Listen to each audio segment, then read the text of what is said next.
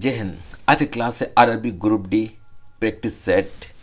एक महत्वपूर्ण practice set तथा एक महत्वपूर्ण क्लास के साथ आपके सामने प्रश्न है। साहित्य और कला का बहुत बड़ा हिमायती राजा भोज निम्न में से किस राजवंश से संबंधित था? करकोटा, उत्पल, परमार तथा गुर्जर प्रतिहार वंश। राजा भोज का परमार वंश। प्रश्न है आपके सामने, जो खिताब महात्मा गांधी को अंग्रेज सरकार ने दिया था जिसे उन्होंने असहयोग आंदोलन के समय त्याग दिया था, वह था हिंद केसरी, केसर ए हिंद तथा राय बहादुर और राय दुर्लभ। केसर ए हिंद का खिताब महात्मा गांधी ने त्याग दिया था क्योंकि जो जलियांवाला बाग में नरसंहार हुआ था उसकी वजह से गांधी जी ने असहयोग आंदोलन में केसर ए हिंद की उपाधि को त्याग दिया था। प्रश्न है आपके सामने, टीपू सुल्तान किस राज्य के शासक थे? हैदराबाद, मदुरै, मैसूर तथा विजयनगर। टीपू सुल्तान हैदर अली के पुत्र तथा मैसूर के राजवंश के शासक थे। किसके? मैसूर के। फिर प्रश्न है आपके सामने, संस्कृत रचना पंचतंत्र का लेखक किसे माना जाता है? संस्कृत की रचना पंचतंत्र के लेखक है विष्णु शर्मा। पंचतंत्र का लेखक कौन है? विष्णु शर्मा। कई बार परीक्षाओं में पूछा गया एक महत्वपूर्ण प्रश्न है ये। प्रश्न है आपके सामने, निम्न में से किस भारतीय नेता को पंजाब केसरी कहा जाता है? लाला लाजपत राय, सरदार बलदेव सिंह, रणजीत सिंह तथा भगत सिंह। पंजाब केसरी कहा जाता है लाला लाजपत राय को। क्या कहा जाता है? पंजाब केसरी। सन 1887 में भारतीय राष्ट्रीय समाज कांग्रेस की स्थापना किसने की थी? बीजी तिलक ने, एम जी रनाडे तथा गोपाल कृष्ण गोखले तथा राम प्रसाद बिस्मिल ने। 1887 में भारतीय राष्ट्रीय समाज कांग्रेस की स्थापना की किसने की थी? एम जी रनाडे ने की थी। प्रश्न है आपके सामने, प्रायद्वीपीय भारत का दक्षिणी बिंदु कन्याकुमारी है। प्रायद्वीपीय भारत का दक्षिणी बिंदु कन्याकुमारी पड़ता है। अगर बात की जाए विश्व में, देखिए विषुवत रेखा है, ये क्या है? यह है हमारी, ठीक है, ये बीच में हमारी रेखा क्या है? विषुवत रेखा है। यह है कर्क रेखा और यह है मकर रेखा। जो भारत के बीच गुजरती है वह है कर्क रेखा, और कर्क रेखा के दक्षिण में क्या है? कन्याकुमारी है। ठीक है, कर्क रेखा के दक्षिण में। तो यही पूछ रहा है कि जो प्रायद्वीपीय भारत का दक्षिण बिंदु कन्याकुमारी है, कर्क रेखा के उत्तर में। अब ये कर्क रेखा के उत्तर में कन्याकुमारी नहीं है ना। जो कन्याकुमारी है वह भारत का दक्षिण बिंदु है। किधर पड़ता है? दक्षिण में। तो यह होगा भूमध्य रेखा के यह भूमध्य रेखा है और भारत से होकर गुजरती है कर्क रेखा। भारत उत्तर गोलार्ध में और दक्षिण गोलार्ध से मकर रेखा। तो ठीक है, जो कन्याकुमारी है वह भूमध्य रेखा के उत्तर में है।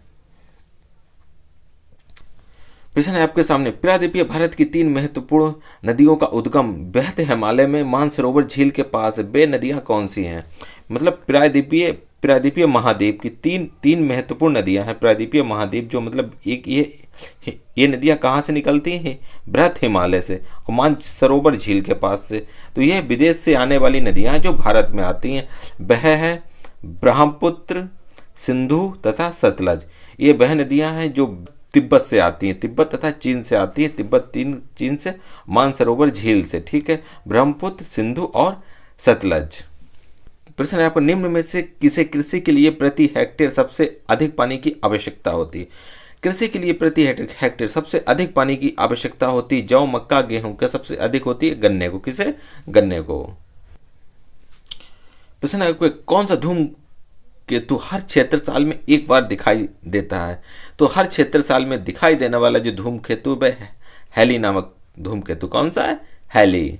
प्रश्न, प्रतिरोध को मापने की इकाई क्या है? प्रतिरोध का मापना मतलब प्रतिरोध का मात्रक क्या है? वोल्ट, एम्पियर तथा कूलाम। प्रतिरोध को मापने की इकाई है ओम। क्या है? ओम। प्रश्न है, दिया सिलाई की नोक पर कौन सा ज्वलनशील द्रव होता है? Antimony sulphide, manganese dioxide, sulphur तथा फास्फोरस। दिया सिलाई की जो नोक पर होता है वह क्या होता है? फास्फोरस होता है। क्या होता है? फास्फोरस। प्रश्न है आपके सामने, परमाणु जिनकी परमाणुीय संख्या एक जैसी होती है लेकिन अलग अलग द्रव्यमान संख्या होती है। परमाणुीय संख्या का मतलब इलेक्ट्रॉन तथा प्रोटॉन की संख्या एक जैसी होती है लेकिन द्रव्यमान संख्या मतलब न्यूट्रॉन की संख्या भिन्न होती है। वह कहलाते हैं समस्थानिक। क्या कहलाते हैं? वह कहलाते हैं समस्थानिक। प्रश्न है आपके सामने, लाइकेन किससे संबंधित है? कवक काई मतलब कवक और शैवाल का संबंध होता है, वह क्या कहलाता है? वह कहलाता है लाइकेन। तो लाइकेन का संबंध किससे है? कवक और शैवाल से जो बना है वह है लाइकेन।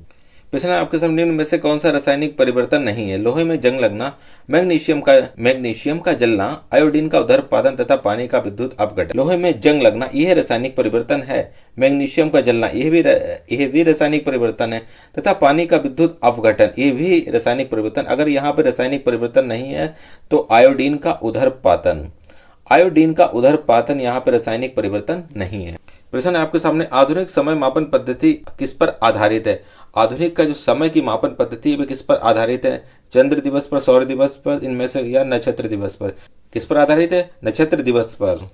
प्रश्न है आपके सामने, सामूगढ़ के युद्ध में औरंगजेब ने किसको हराया था? औरंगजेब का युद्ध हुआ था, अगर बात की जाए शाहजहां के सिंहासन के लिए, शाहजहां के चारों पुत्र में, जिसमें यह है शाहजहां के 4 पुत्र थे, मुराद, शाह शुजा तथा दारा शिकोह और औरंगजेब। ये शाहजहां के 4 पुत्र थे।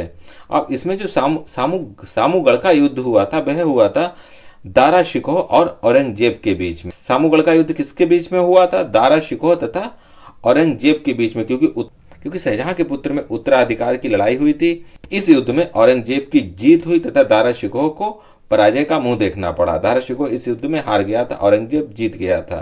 प्रश्न है आपके सामने, 1853 ईस्वी में कापसजी नाना भाई ने मुंबई में पहली शुरुआत की थी कपड़ा मिल की, पटसन मिल की, चीनी मिल की, लोहा तथा इस्पात कंपनी की। 1853 में कापसजी नाना भाई ने खोली थी कपड़ा मिल। क्या खोला था? कपड़ा मिल। प्रश्न है आपके सामने, फास्जीन का रासायनिक नाम क्या है? फास्फोरस ट्राइक्लोराइड, फास्जीन तथा कार्बोनिल क्लोराइड। तो फास्जीन का रासायनिक नाम होता है कार्बोनिल क्लोराइड। क्या होता है? Carbonyl chloride. प्रश्न है आपके सामने निम्न में से किस मूल तत्व का परमाणुवीय संख्या तथा परमाणुवीय भार एक समान होता है? परमाणु संख्या तथा परमाणु द्रव्यमान एक समान होता है। किसका होता है? नाइट्रोजन, क्लोरीन, हीलियम तथा हाइड्रोजन का। परमाणु संख्या और परमाणु द्रव्यमान एक समान होता है, वह होता है हाइड्रोजन का। किसका होता है? हाइड्रोजन का। प्रश्न है आपके सामने, के शासक बिंबिसार किस राजवंश से? बिंबिसार की बात की जाए तो इन्होंने हर्यक वंश की स्थापना की थी। बिंबिसार किस वंश के संस्थापक थे? हर्यक वंश के। किसके संस्थापक थे? हर्यक वंश के। और बिंबिसार के समय हर्यक वंश की राजधानी थी राजगृह। बिंबिसार की हत्या करके अजातशत्रु गद्दी पर बैठा था। प्रश्न है आपके सामने, रक्तस्राव को रोकने वाला लौह लवण होता है, क्या होता है? जो मतलब बहते हुए खून को रोकने के लिए किसका प्रयोग किया जाता है? फेरस सल्फेट का, फेरिक क्लोराइड का तथा फेरिक सल्फेट का। बहते हुए रक्तस्राव को रोकने के लिए जो प्रयोग किया जाता है वह किया जाता है फेरिक सल्फेट का। किसका? फेरिक सल्फेट का। प्रश्न है आपके सामने, नेपथलीन और रेती के मिश्रण को किससे अलग किया जा सकता है? नेपथलीन और रेती के मिश्रण को जो अलग करने की विधि है वह है उदरपातन। गर्मी के दिनों में जब हम पंखे के पास बैठते हैं तो हमें आराम महसूस होती है। इसका कारण क्या है? गर्मी के दिनों में पंखे के पास बैठने से हमें आराम महसूस होती है। इसका कारण पसीने के द्रुत बाष्पीकरण में पंखा सहायक होता है। प्रश्न है आपके सामने, निम्न में से कौन सा भारत का अत्यधिक बड़ा द्वीप समूह है? भारत का सबसे बड़ा द्वीप समूह अंडमान तथा निकोबार द्वीप समूह। कौन सा? अंडमान तथा निकोबार द्वीप समूह। और जो भारत का सबसे छोटा द्वीप समूह वह है लक्षद्वीप, और सबसे बड़ा द्वीप है वह अंडमान निकोबार द्वीप समूह। और यह अंडमान निकोबार द्वीप समूह यह बंगाल की खाड़ी में है, और अंडमान निकोबार द्वीप समूह की राजधानी पोर्ट ब्लेयर है। प्रश्न पूछ लिया यहाँ पे डीपली थोड़ा। शेनगुट्टवन इनका अति प्रभावशाली राजा था। किस वंश का? जैसे चोलों का, पांड्य का, चेरा का।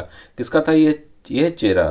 पिट्स इंडिया एक्ट 1784 के अनुसार कंपनी के नागरिक सैनिक राजस्व मामले को एक बोर्ड के द्वारा नियंत्रित किया जाता था, जिसे आमतौर पर कहा गया, मतलब 1784 का जब पिट्स इंडिया एक्ट आया था जिसमें नागरिक, सैनिक तथा राजस्व मामले किस विभाग के अंतर्गत बनाए गए थे? वह था board of directors, board of control, secretary of state. तो यह जो 1784 पिट्स इंडिया एक्ट नागरिक, सैनिक तथा राजस्व मामलों के लिए जिस बोर्ड की स्थापना की गई थी वह था बोर्ड ऑफ डायरेक्टर्स। प्रश्न है आपके सामने, 1873 ईस्वी में बंकिम चंद्र चटर्जी द्वारा स्थापित और संपादित की गई बंगाली मासिक पत्रिका का क्या नाम था? 1873 में बंकिम चंद्र चटर्जी ने किस मासिक पत्रिका की शुरुआत की थी? बंगाली, बंगदूत, सोम प्रकाश की। तो बंकिम चंद्र चटर्जी ने मासिक पत्रिका जो शुरू की थी वह थी बंगाल दर्शन। कौन सी थी? बंगाल दर्शन। भारत और रोमन साम्राज्य के बीच के व्यापार की अमूल्य जानकारी किस किताब से मिलती है? भारत तथा रोम के व्यापार के बारे में हमें किस बुक से पता चलता है? पेरिप्लस ऑफ द इरिथियन सी। भारत तथा रोम के साम्राज्य के बीच की जो जानकारी मिलती है वह मिलती है पेरिप्लस ऑफ द इरिथियन सी से। प्रश्न है, ग्रीनविच इनमें से किसके बगल में स्थित है? न्यूयॉर्क, टोक्यो, लंदन तथा वाशिंगटन। ग्रीनविच है हमारा, ये ग्रीनविच है लंदन में। कहाँ है लंदन? प्रश्न है आपके सामने, निम्न में से कौन सा ग्रह पूर्व से पश्चिम दिशा में दक्षिणावर्त सूर्य भ्रमण करता है? पृथ्वी, बृहस्पति, बुध, यूरेनस। कौन सा करता है? यूरेनस मतलब अरुण ग्रह। अरुण ग्रह मतलब यूरेनस, यह है दक्षिणावर्त दिशा तथा पूर्व से पश्चिम दिशा में भ्रमण करता है। प्रश्न है आपके सामने, भारत का सबसे लंबा समुद्र तट कहाँ है? मुंबई, चेन्नई, मंगलोर तथा तूतीकोरिन। भारत का सबसे लंबा समुद्र तट है चेन्नई में। कहाँ है? चेन्नई में। ठीक है, भारत का सबसे लंबा समुद्र तट चेन्नई में।